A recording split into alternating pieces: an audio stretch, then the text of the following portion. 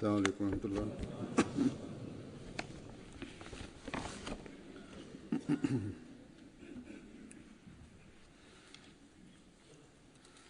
أشهد أن لا إله إلا الله وحده لا شريك له وأشهد أن محمدا عبده ورسوله أما بعد فأعوذ بالله من الشيطان الرجيم بسم الله الرحمن الرحيم الحمد لله رب العالمين الرحمن الرحيم مالك يوم الدين إياك نعبد وإياك نستعين اهدنا الصراط المستقيم صراط الذين أنعمت عليهم غير المغضوب عليهم ولا الضالين.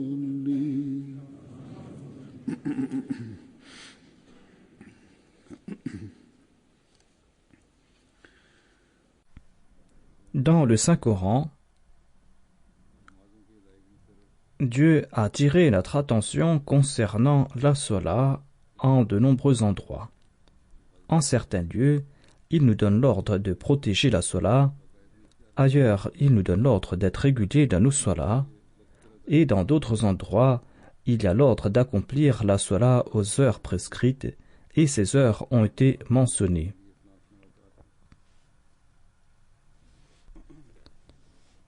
Et le croyant doit accomplir ces salats à ces heures prescrites.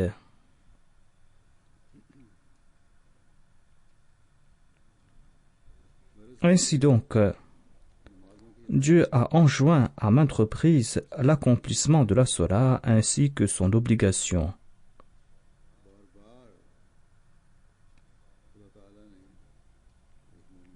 Il a encouragé le croyant à ce sujet à maintes reprises.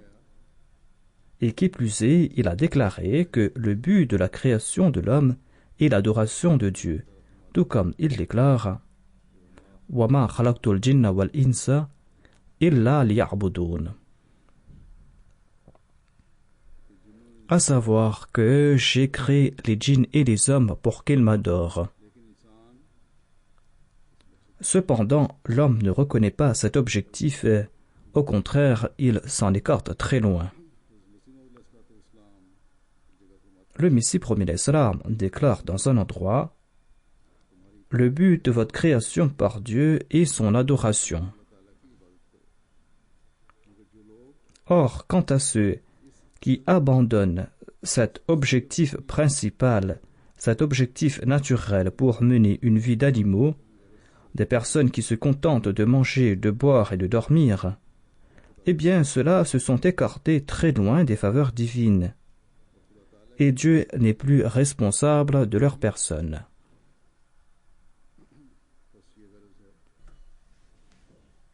Voilà donc l'objectif de celui qui se proclame croyant. Il doit s'évertuer à atteindre cet objectif en usant de toutes ses aptitudes, en y consacrant toute son attention. Il doit agir de la sorte afin qu'il puisse mériter les faveurs divines.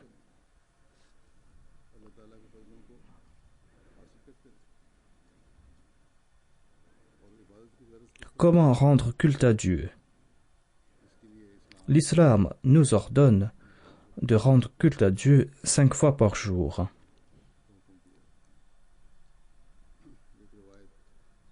Selon un récit, il est dit que la Salat est le cœur de l'adoration divine, et c'est en atteignant ce cœur que nous pourrons atteindre l'objectif de l'adoration divine. Nous sommes chanceux d'avoir pu accepter l'imam de l'époque. L'imam de l'époque qui nous a enseigné les moyens véritables pour rendre culte à Dieu. L'imam de l'époque qui nous en a enseigné la sagesse et qui nous a enseigné pourquoi est-il important d'adorer Dieu. À maintes reprises, il a attiré l'attention de sa Jamaat à propos de la Salat. Il a présenté des explications à ce sujet, il en a évoqué les parties, il a évoqué la sagesse de la Salat ainsi que sa nécessité, afin que nous puissions comprendre l'importance de la Salat et afin que nous puissions l'en bénir. Pour le sermon d'aujourd'hui, je vous présenterai quelques dires du Messie premier l'Islam à ce propos. Parfois, en raison de la rigueur du climat, ou parce que les nuits sont courtes, d'aucuns sont paresseux concernant la prière du matin. Généralement, les gens combinent les prières de Zohr et d'Asr, ou les gens ne les accomplissent même pas. Certains n'accomplissent même pas ces prières, comme je l'ai constaté, parce qu'ils sont trop occupés. Ainsi, en raison de la rigueur du climat, ou du manque de sommeil, ou parce que l'on est trop occupé, d'aucuns abandonnent la Salat, ou d'aucuns disent que nous avons combiné 3 prières.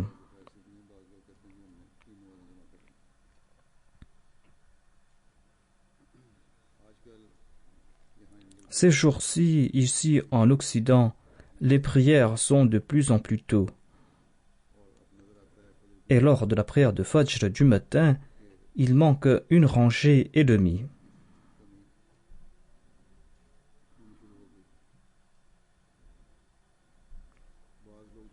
Le nombre de fidèles augmente de temps en temps en raison de la présence des visiteurs de l'extérieur. Cependant, ceux qui vivent ici doivent être vigilants à cet égard, ceux qui habitent tout près des mosquées, ceux qui habitent dans le quartier. On doit accomplir sa Salat régulièrement dans sa mosquée du quartier ou dans son centre. Cela concerne en particulier la prière de Fajr, la prière du matin. Ici, dans chaque pays du monde, on doit faire des efforts en ce sens, à savoir que l'on doit tenter de remplir les mosquées.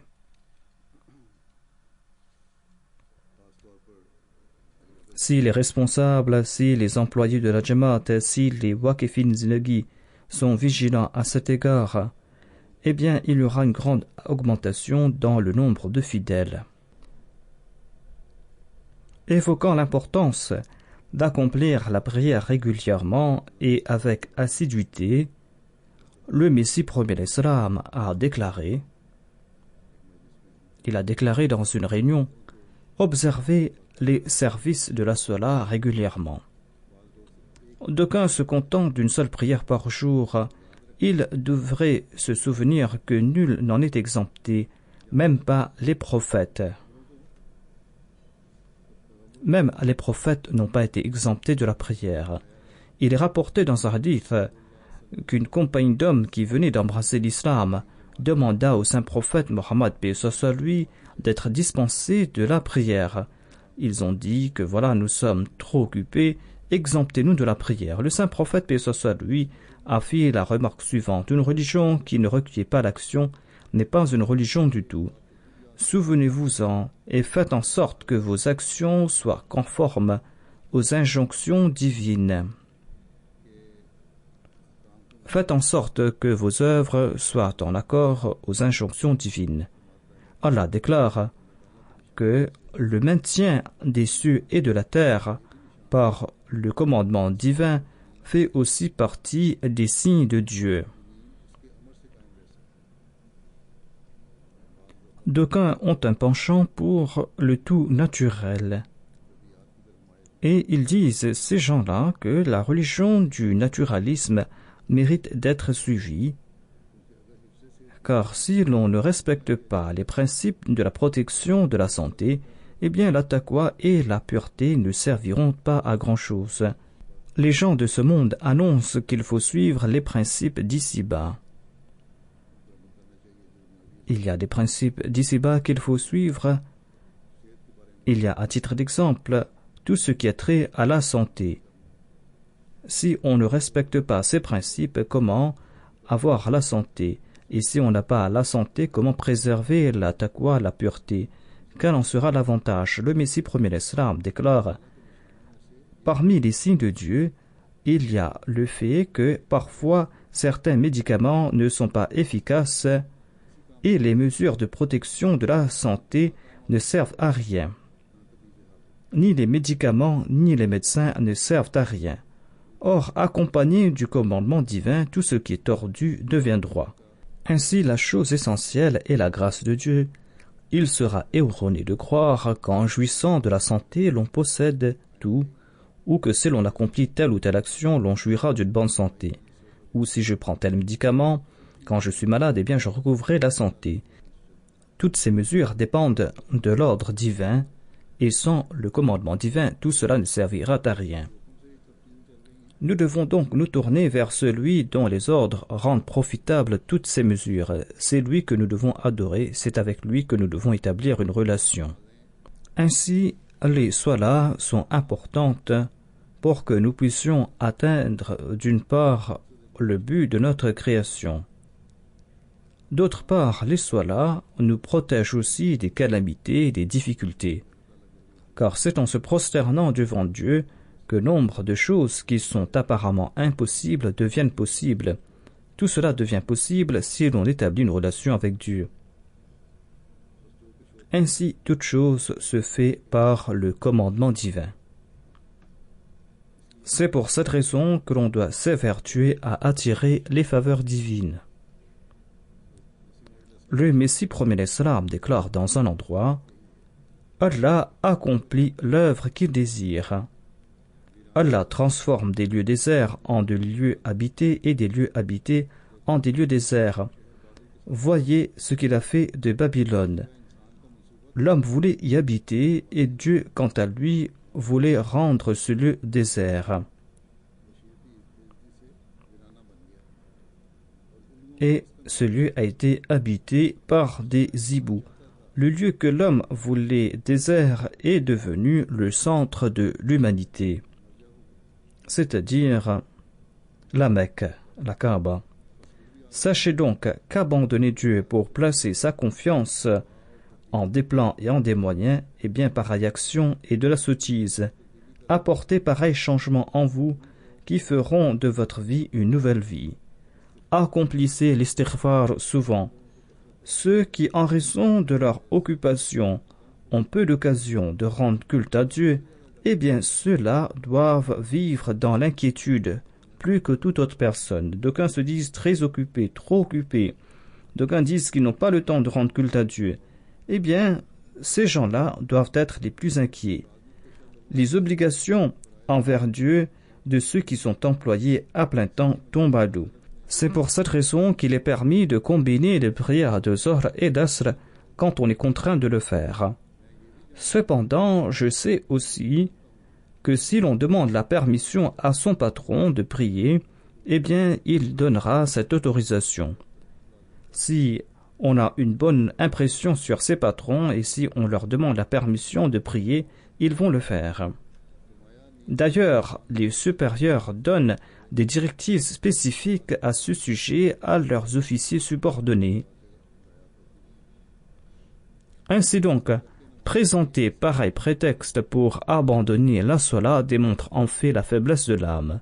Ne commettez pas d'injustice par rapport à vos obligations envers Dieu et ses créatures. Respectez vos obligations en toute honnêteté. Cela ne se limite pas qu'aux offices des 5 prières quotidiennes. Le Messie premier l'Islam avait placé en nous de plus grands espoirs. Et en attirant notre attention concernant les prières nawafil, les prières surrogatoires et tahajjud, le Messie premier l'Islam déclare que si l'on passe chaque instant de sa vie consacré à ce monde, quel capital va-t-on amasser pour la vie dans l'au-delà? Si l'on consacre chaque instant de sa vie, chaque souffle de sa vie à acquérir des biens de ce monde, eh bien, que va-t-on amasser pour l'au-delà? Il dit, levez-vous en particulier pour la prière Tahajjud, accomplissez cette prière avec enthousiasme et engouement. Les solas de la journée sont affectés par ses occupations professionnelles. Dieu est le pourvoyeur, on doit accomplir sa prière aux heures prescrites. On peut de temps en temps combiner les prières de Zohr et d'Asr. Allah sait qu'il y aura des gens qui seront faibles. C'est pour cette raison qu'il a accordé cette concession. Or, on ne peut pas combiner 3 prières. D'aucuns sont sanctionnés dans l'exercice de leurs fonctions. D'aucuns méritent les punitions de leurs supérieurs. Ne serait-ce pas louable de subir ces peines pour la cause de Dieu? D'aucuns sont punis dans l'exercice de leurs fonctions et subissent des peines. Eh bien, si l'on souffre un peu dans l'adoration de Dieu, l'on en tirera certainement des avantages.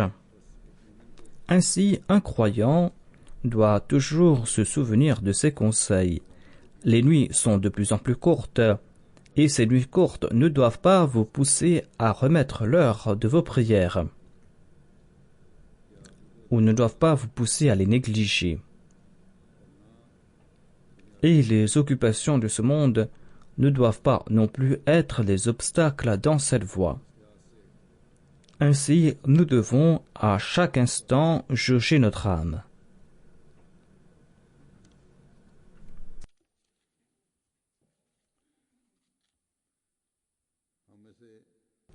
Nombre d'entre nous accomplissent la Salat en la considérant comme une obligation.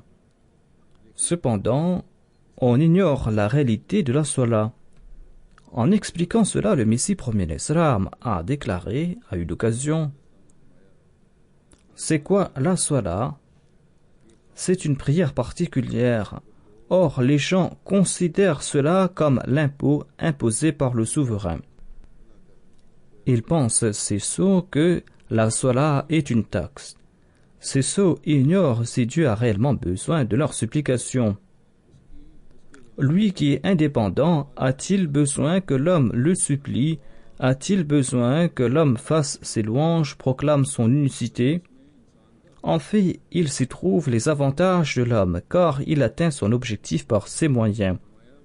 Le Messie premier l'Islam déclare: je suis très peiné de constater qu'aujourd'hui, l'on n'est point attaché aux actes d'adoration, à la taqwa et à la piété.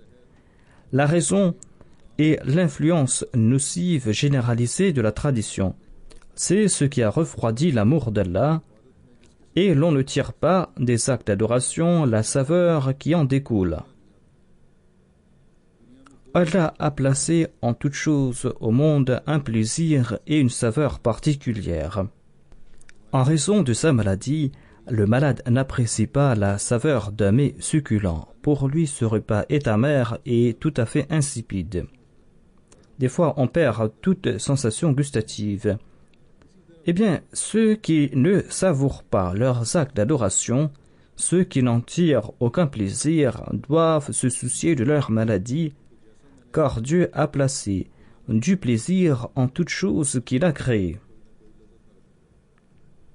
Allah a créé l'homme pour son adoration. Comment serait-ce possible qu'il n'en tire aucun plaisir de ce culte divin? Allah déclare qu'il a créé l'homme pour son adoration.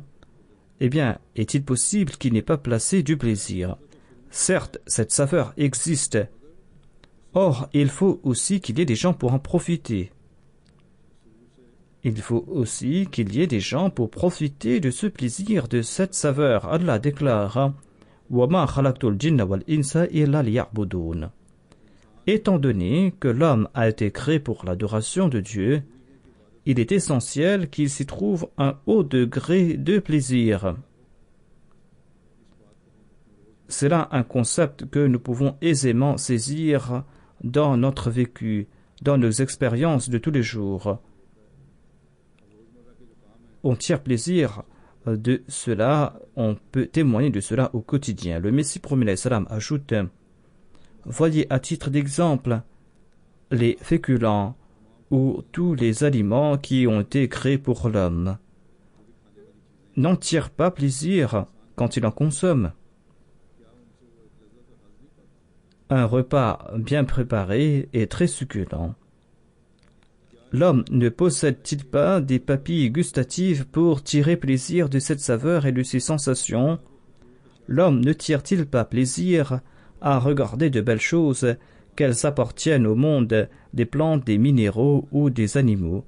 Il déguste un bon repas, il tire un plaisir visuel de ce qu'il voit de beau. Ses oreilles ne sont-elles pas enchantées par une voix mélodieuse et gracieuse? Le cœur ressent de la joie par l'entremise d'une belle voix transmise à l'oreille. Peut-on affirmer face à ces arguments qu'il n'y a aucun plaisir dans les actes d'adoration? On trouve plaisir dans toutes ces choses qu'Allah a créées. Il est donc impossible qu'il n'y ait pas du plaisir dans les actes d'adoration. Tout cela prouve que Dieu a certainement placé du plaisir dans les actes d'adoration. Le Messie prophète sallam déclare: Allah a créé qu'il a créé l'homme et la femme afin qu'ils forment un couple. Il a placé en l'homme une force qui l'attire, il n'y a point de contrainte en cela. Il y a un certain plaisir qui anime cette relation. Si la procréation était la seule incitation, on n'aurait pas atteint l'objectif requis. Le but premier de cette union par Dieu était la continuation de l'espèce humaine.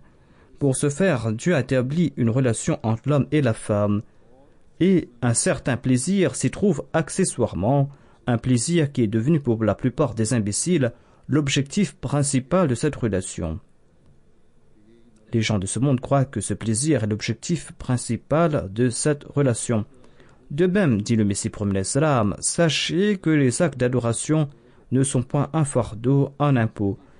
Il y a un plaisir qui s'y trouve, et ce plaisir est de loin supérieur à tous les plaisirs de ce monde.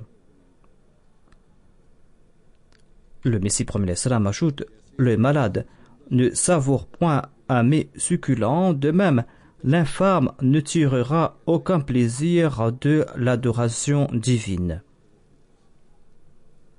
Si un malade ne savoure pas un bon repas en raison de sa maladie, du fait que sa bouche est amère, s'il n'aime pas ce repas, eh bien, cela ne veut point dire que ce repas est avarié. Cela signifie uniquement qu'il est malade. De même, d'aucuns ne tirent aucun plaisir de leur sola, de leur acte d'adoration. Cela ne signifie guère qu'il n'y a pas de plaisir dans la sola, qu'Allah n'y a pas placé du plaisir. Certes, il s'y trouve. Cependant, l'homme, en raison de sa disposition, en raison de sa maladie, en raison de son désintérêt, eh bien, il n'en tire aucun plaisir. Ainsi, nous devons accomplir ces œuvres qui recèlent plaisir et saveur. Et nous ne devons pas nous débarrasser de la sola au plus vite en la considérant comme un fardeau. Lorsqu'il en sera ainsi, eh bien, l'on viendra pour la prière du matin, car d'aucuns viennent pour la prière du matin quand la nuit est longue et ne se présentent pas pour la prière du matin lorsque la nuit est courte. S'ils comprennent ce point, ils pourront maintenir cette attention afin qu'ils puissent tirer ce plaisir dans leur sola, et ils accompliront aussi les autres solas. En expliquant ce sujet davantage, le Messie prophète sallam a déclaré: je constate que les gens sont négligents et paresseux dans l'accomplissement de leur sola, car ils ignorent ce plaisir et cette saveur. Plaisir et saveur que Dieu a placé dans la sola. Leur ignorance est la grande raison de cet état des choses. Cette paresse et cette négligence sont encore plus importantes dans les villes et les villages. 50% des gens ne se prosternent pas devant leur maître véritable avec toute l'attention requise, avec leur amour sincère. La question est: pourquoi ignorent-ils ce plaisir? Jamais ils n'ont goûté à ce plaisir. Il ne se trouve pas dans la religion pareil commandement. D'aucuns sont occupés par leur travail, et lorsqu'ils entendent l'appel lancé par la prière, eh bien, ils ne désirent pas l'écouter. Leur cœur est peigné lorsqu'ils entendent l'appel à la prière. Dès qu'ils entendent l'appel à la prière, eh bien, ils ne désirent pas l'écouter. Ils disent, voilà, nous allons devoir partir pour la prière, ou ils n'y accordent aucune attention. Ces gens méritent pitié, dit le Messie promet salam. D'aucuns ont leur magasin sous les mosquées. Eh bien, ils ne se présentent même pas dans ces mosquées. On doit, avec grande détresse et ardeur, accomplir la prière suivante. On doit demander au Seigneur, fasse que nous goûtions, ne serait-ce qu'une fois, à la saveur de la sola et des actes d'adoration, à l'instar de la saveur que tu as placée dans des fruits et d'autres mets. On se souvient du mets que l'on a consommé. On doit implorer Dieu pour qu'il nous accorde ce plaisir dans la sola. On se souvient du mets que l'on a consommé. L'homme se souvient d'une belle chose qu'il a regardée avec délice. Et si jamais il a regardé un visage abominable et laid, eh bien cet état lui revient devant les yeux. L'on se souvient de la beauté, l'on se souvient de la laideur. Or, s'il n'y a pas de relation, l'on ne se souvient de rien. Pour ceux qui négligent la sola, eh bien celle-ci est une amende. Sans aucune raison, se disent-ils, on doit se lever le matin, accomplir l'ablution dans le froid, laisser de côté tout confort pour aller accomplir la sola. En fait, cette personne vit dans l'ignorance, cette personne ne peut saisir la portée de la sola, cette personne ignore le plaisir et la joie qui se trouvent dans la sola. Comment pourra-t-elle tirer plaisir de cette sola? Le Messie promet l'Islam déclare, un ivrogne qui ne connaît pas l'ivresse va prendre verre après verre jusqu'à ce qu'il connaisse l'état d'ivresse. Le perspicace et le sage doit tirer profit de cet exemple. On doit tirer des leçons de l'exemple de l'ivrogne, à savoir que l'on doit être constant de la sola, que l'on tire plaisir de la sola ou pas, on doit faire des efforts pour que l'on en tire plaisir. Il faudra implorer Dieu et être régulier dans ces solas jusqu'à ce qu'on en tire à plaisir. Ce plaisir gît dans l'esprit de l'ivrogne et ce plaisir est son objectif principal. L'esprit et toutes les aptitudes doivent être consacrées à la prière, à l'acquisition de ce plaisir. L'on doit être animé de cette sincérité, de cette ardeur. On doit ressentir tout au moins une détresse et une peine ressemblant à celle de l'ivrogne, pour que naisse cette supplique adressée à Dieu, lui demandant d'accorder ce plaisir. Il faut que l'on ressente cette peine et cette détresse afin que cette prière sorte du cœur. Certainement, par la suite, l'on en tirera plaisir. En accomplissant la sola, l'on doit aussi tenter d'acquérir ces avantages qui sont liés à la sola. On doit avoir en tête l'ihsan. Allah déclare « Innal hasanati yudhibna sayyi'at » Les vertus chassent les mauvaises actions. L'on doit supplier Dieu en ayant au cœur ses hasanat, ses vertus et ses plaisirs. On doit avoir en tête ces hasanat, ces plaisirs, afin de pouvoir accomplir la prière des siddiqines et des muhsinin. Il est aussi dit dans ce verset « Innal hasanati yudhibna sayyi'at » Les vertus et la sola chassent les mauvaises actions. Dans un autre verset, il est dit que la sola protège de l'indécence et du mal. Or, nous constatons que d'aucuns commettent des péchés en dépit du fait qu'ils accomplissent la sola. Il y a d'aucuns qui, en apparence, accomplissent de longues prières, mais ces personnes commettent aussi des péchés. La réponse à cet état des choses est que, certes, ces gens prient, mais pas avec l'esprit nécessaire, pas avec la droiture nécessaire. Ces personnes ne prient pas en consacrant toute leur attention, ils se cognent le front au sol par tradition, par habitude. Leur âme est morte. Allah ne leur a pas accordé le titre de hasanat. En dépit du fait que le sens est le même, Dieu a mentionné hasanat dans ce verset et pas as-sola. Ceci afin d'indiquer que la vertu et la beauté de la sola, à savoir que la sola qui est véridique est celle qui chasse le mal. Il s'y trouve les effets des faveurs divines. Certainement, pareille sola éloigne le mal. La sola ne signifie pas uniquement se tenir debout et s'asseoir. Le cœur et l'esprit de la sola est cette prière qui renferme un plaisir. En expliquant les différentes postures lors de la Salat et l'effet qu'elles doivent avoir sur nous, le Messie prophète l'Islam a déclaré: Sachez que les paroles et la condition dans laquelle on se trouve dans la Salat doivent se conformer. C'est-à-dire que l'on doit passer par l'état véritable de la Salat et l'homme doit ressentir qu'il se trouve face à Dieu, qu'il est en train de lui parler. Certaines conditions prennent parfois la forme d'une image. Et celui qui regarde l'image comprend quel est son objectif. De même, les postures de la Salat présentent la forme imagée du désir divin. Ainsi donc, lors des postures de la Salat, on présente en fait l'image du désir de Dieu, de ce que souhaite Dieu. Quand on énonce des paroles avec les lèvres lors de la Salat, de même les membres du corps présentent une image par leurs mouvements. Nos mouvements lors de la Salat doivent représenter les paroles que nous énonçons. Le Messie prophète l'Islam déclare: la posture debout quand l'homme glorifie Dieu et chante ses louanges est qualifiée de qiyam. Tout le monde sait que la posture debout ou la qiyam est la posture la plus appropriée pour louer Dieu, pour le glorifier. Quand on déclame des vers devant un roi, on se tient debout. Et on se tient ainsi debout, et d'autre part, l'on énonce ses louanges lors de la Salat. Le sens est que l'on doit se tenir debout devant Dieu spirituellement. Quand on se tient debout, quand on récite la sourate Al-Fatiha, eh bien, spirituellement, on doit aussi voir cet état. Cela doit avoir un effet sur le cœur. On énonce ses louanges en se basant sur cet état.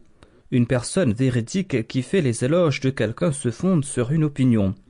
Si l'on est sincère, l'on va émettre des éloges sincères. En faisant ces éloges, l'on va attester en faveur de cette personne. L'on pourra énoncer sincèrement la parole Alhamdulillah quand on aura cette certitude au cœur, à savoir que tout type de louanges sont dues à Allah. Quand cette certitude naîtra dans le cœur, eh bien, cette posture debout sera qualifiée de qiyam spirituel, de position debout spirituelle.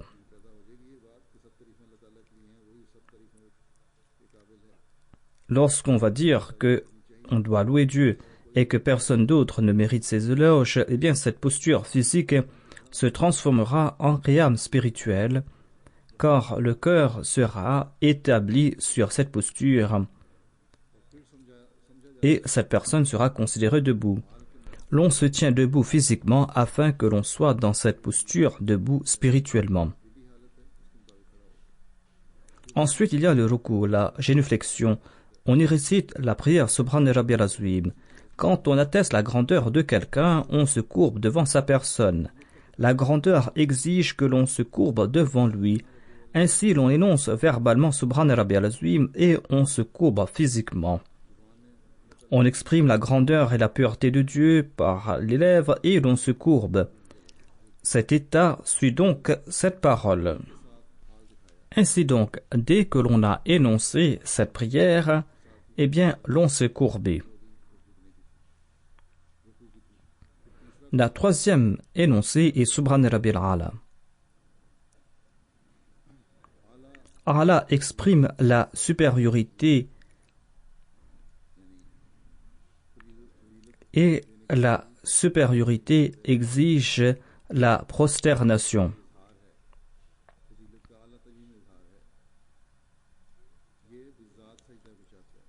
Lorsque l'on exprime la supériorité de Dieu, lorsqu'on exprime la pureté, la grandeur de Dieu, il faudra se prosterner entièrement devant Dieu. L'image physique est celle de la prosternation. Quand on a attesté de la pureté et de la supériorité de Dieu, l'on se prosterne sur le champ.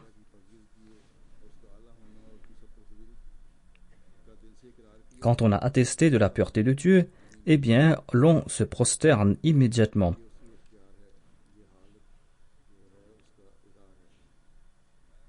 Ainsi, ces énoncés sont accompagnés de 3 états physiques. On présente à l'adorateur une image et il a adopté les postures appropriées et les lèvres qui font partie du corps y ont pris part. Il existe une 3e entité et si elle n'est pas présente, il n'y aura pas de cela. C'est le cœur.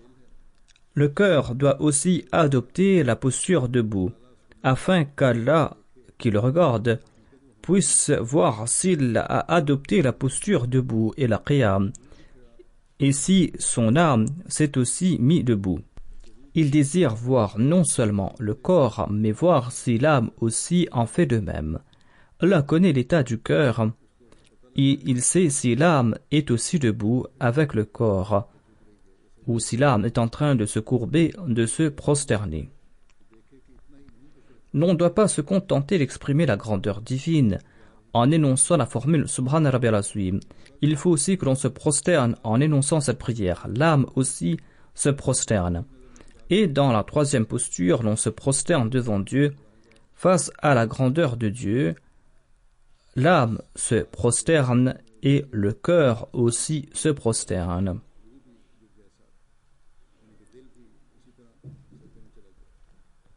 Ainsi, l'on ne doit pas être satisfait tant que l'on ne connaît pas ces conditions. Car c'est cela le sens de Yuqimuna Salata.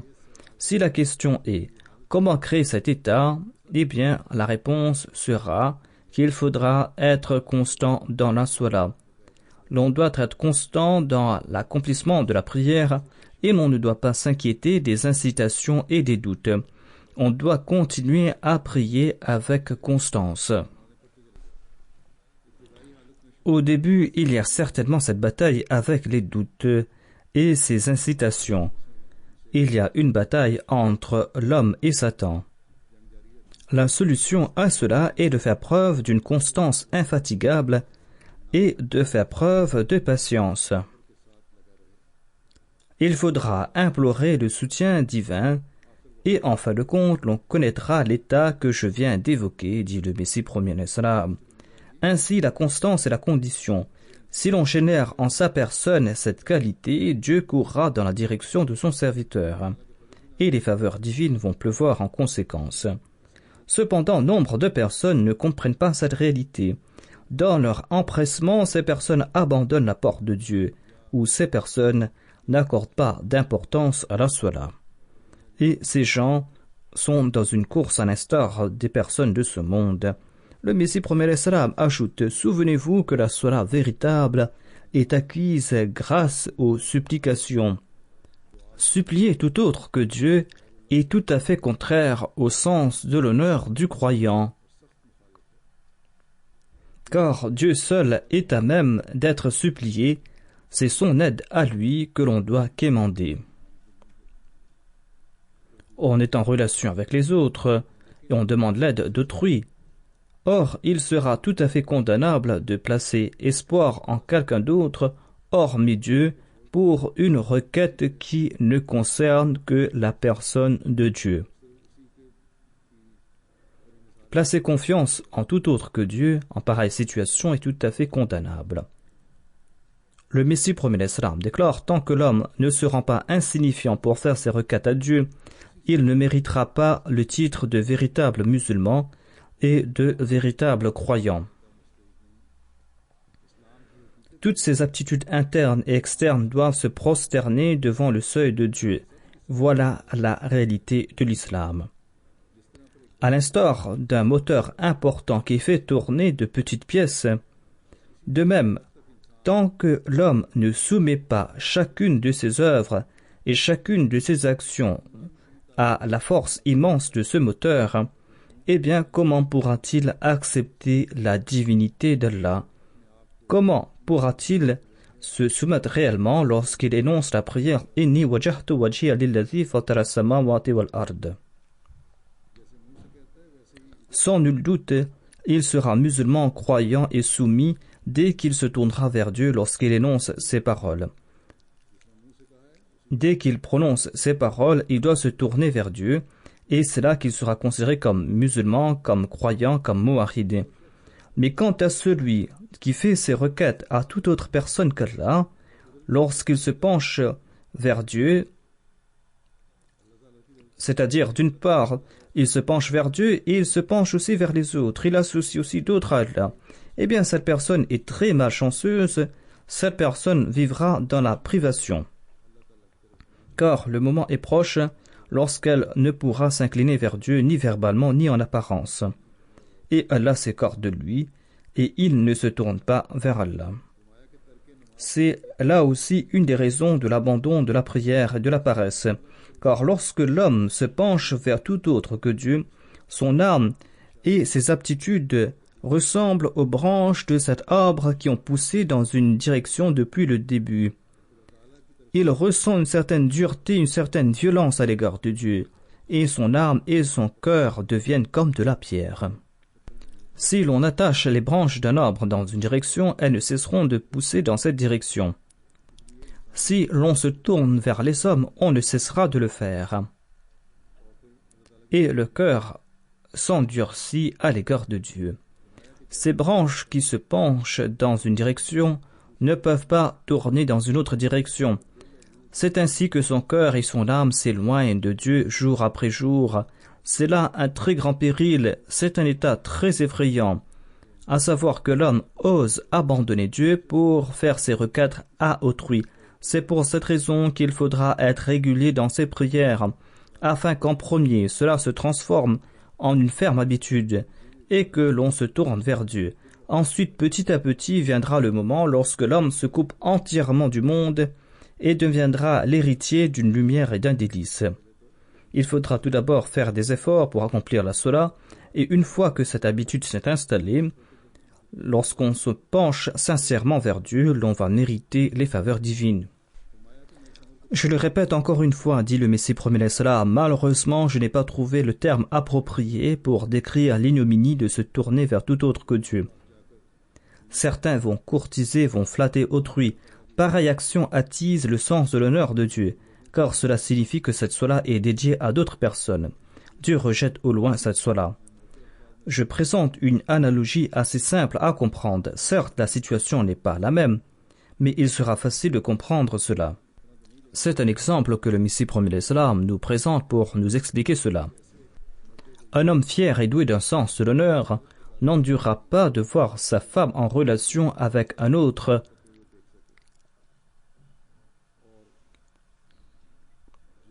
et à ses yeux, cette femme immonde méritera la mort. Il en est d'aucuns qui agissent ainsi. Il en est de même de cette réalité. C'est Dieu qu'il faudra adorer, c'est lui qu'il faudra implorer. Allah déteste le fait que l'on adore quelqu'un d'autre à sa place. Souvenez-vous du fait que se tourner vers tout autre qu'Allah signifie rompre toute relation avec Dieu. La Salat et la Tawhid sont synonymes. L'expression pratique de la Tawhid est la Salat.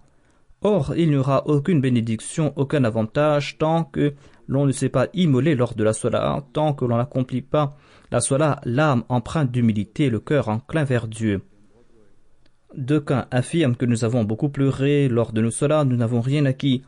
En rejetant les déclarations de pareils gens, le Messie premier salam déclare: d'aucuns croient que l'on ne pourra rien acquérir en pleurant face à Dieu. Pareille idée est tout à fait erronée. Ces gens-là ne croient pas en Dieu, ne croient pas dans ses attributs, dans son pouvoir. S'ils avaient une foi sincère en Dieu, ils n'auraient pas eu le courage d'émettre pareille opinion. Toute personne repentie sincèrement, qui s'est tournée vers Dieu, a mérité de tout temps les faveurs divines. Ceci a été très bien décrit par un poète dans des vers en langue persane. Ce poète a déclaré: qui est cet amoureux qui ne regarde pas dans la direction de son bien-aimé? Pourquoi dire que l'on souffre quand le médecin est présent? Dieu désire que vous vous tournez vers lui, le cœur pur. La seule condition est que vous devez conformer votre condition à cela. C'est-à-dire, vous devez suivre ses injonctions. Vous devez apporter en vous la transformation véritable qui vous rendra apte à vous présenter à Dieu. En toute vérité, Dieu possède des pouvoirs merveilleux. Il possède des faveurs et des bénédictions sans fin. Or, engendrez en vous les yeux avec lesquels vous pourrez le voir. Celui qui éprouve un amour sincère pour Dieu, eh bien, ses prières seront exaucées en grand nombre et Dieu lui accordera son soutien.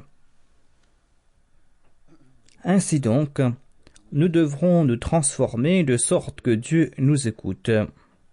Quant à ceux qui affirment que Dieu n'exauce pas les prières, eh bien, la majorité d'entre eux ne prient pas 5 fois par jour, et ils commencent à prier uniquement lorsqu'ils font face à des difficultés matérielles. Allah déclare: j'exaucerai certainement vos prières. Cependant, vous devez suivre mes commandements. Chacun doit se demander s'il est en train de suivre les commandements divins.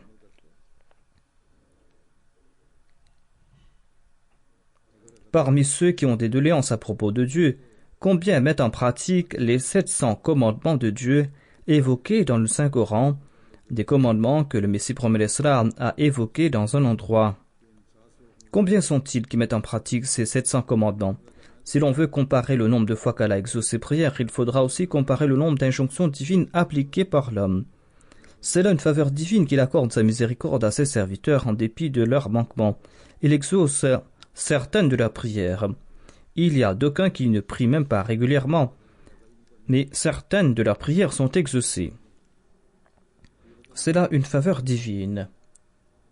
Voir Dieu comble leurs besoins par l'entremise de ses attributs sans qu'ils ne le supplient. Ainsi, il n'y a aucune place à ces doléances.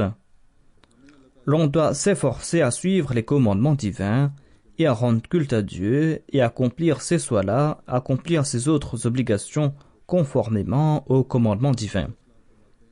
Le Messie promet l'Islam déclare: tant que l'homme ne se voue pas entièrement à l'unicité de Dieu, il n'éprouvera aucun amour pour l'islam, ne vouera aucune grandeur pour l'islam, et il ne tirera aucun plaisir de la salat. L'on ne saura mériter le titre de serviteur sincère de Dieu tant que l'on ne réduit pas en cendres les intentions immondes et les vils complots, tant que l'on ne s'est pas débarrassé de son ego, de son animosité, tant que l'on ne s'immole pas et tant que l'on n'est pas humble. La Salat offre le meilleur moyen pour apprendre comment être un adorateur parfait de Dieu. Si vous voulez être un véritable serviteur de Dieu, eh bien, soyez réguliers dans vos salats. La chose qui pourra vous apprendre comment être un adorateur parfait de Dieu, eh bien, c'est la salat. Le Messie promet l'Islam déclare: soyez réguliers dans vos salats si vous désirez établir un lien sincère avec Dieu. Faites en sorte que votre corps, votre langue, voire votre âme et vos intentions et vos sentiments deviennent salat, deviennent la prière. Qu'Allah nous accorde la possibilité de protéger nos salats et qu'Allah fasse que nos âmes et nos pensées puissent respecter nos obligations envers la salat. Après la salat, je vais diriger la prière funéraire de Asghari Begum Sahiba, épouse de Cheikh Rahmatullah Sahib, l'ancien amir de la Jamaat de Karachi. Elle est décédée le 27 mars dernier aux États-Unis après une courte maladie. Elle avait 90 ans. Inna lillahi wa inna ilayhi raji'un. Elle s'était mariée en 1943 avec Cheikh Rahmatullah Sahib et elle avait accepté l'Ahmadiyya avant son mari en 1944 à Lahore. Elle avait prêté allégeance sur les mains du deuxième calife et elle a été fidèle envers le califat pendant toute sa vie et elle a toujours encouragé ses enfants à être proches du califat. Elle avait un très grand respect pour le califat. Depuis que la MTA a été lancée, Sa plus grande occupation était de regarder la MTA. Elle était moussia par la grâce de Dieu. C'était une dame très simple qui priait beaucoup. Elle était régulière dans ses solas, dans ses jeûnes. Elle récitait le Saint-Coran régulièrement. Et elle a eu l'occasion de servir la communauté avec son mari à Karachi.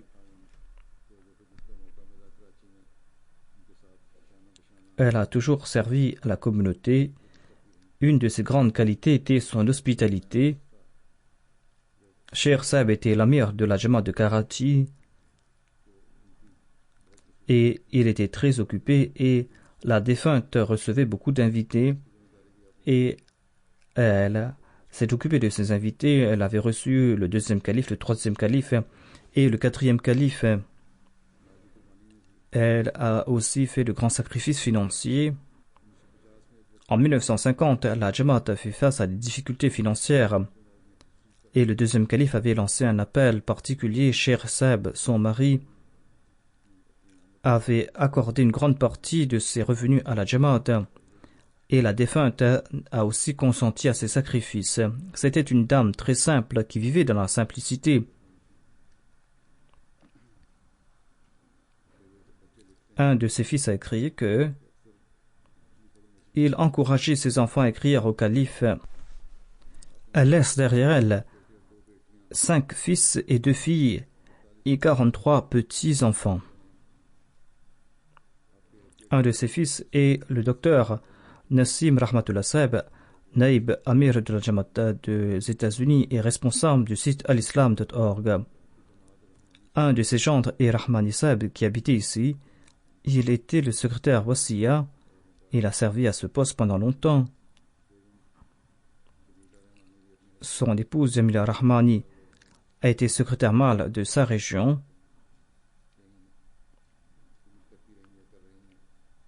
Un de ses fils, Faratullah Saheb, est le naïb amir de la Jamaat de Faisalabad. Qu'Allah exalte le statut de la défunte et qu'il fasse que ses enfants, ses descendants soient toujours liés à la Jamaat et au califat.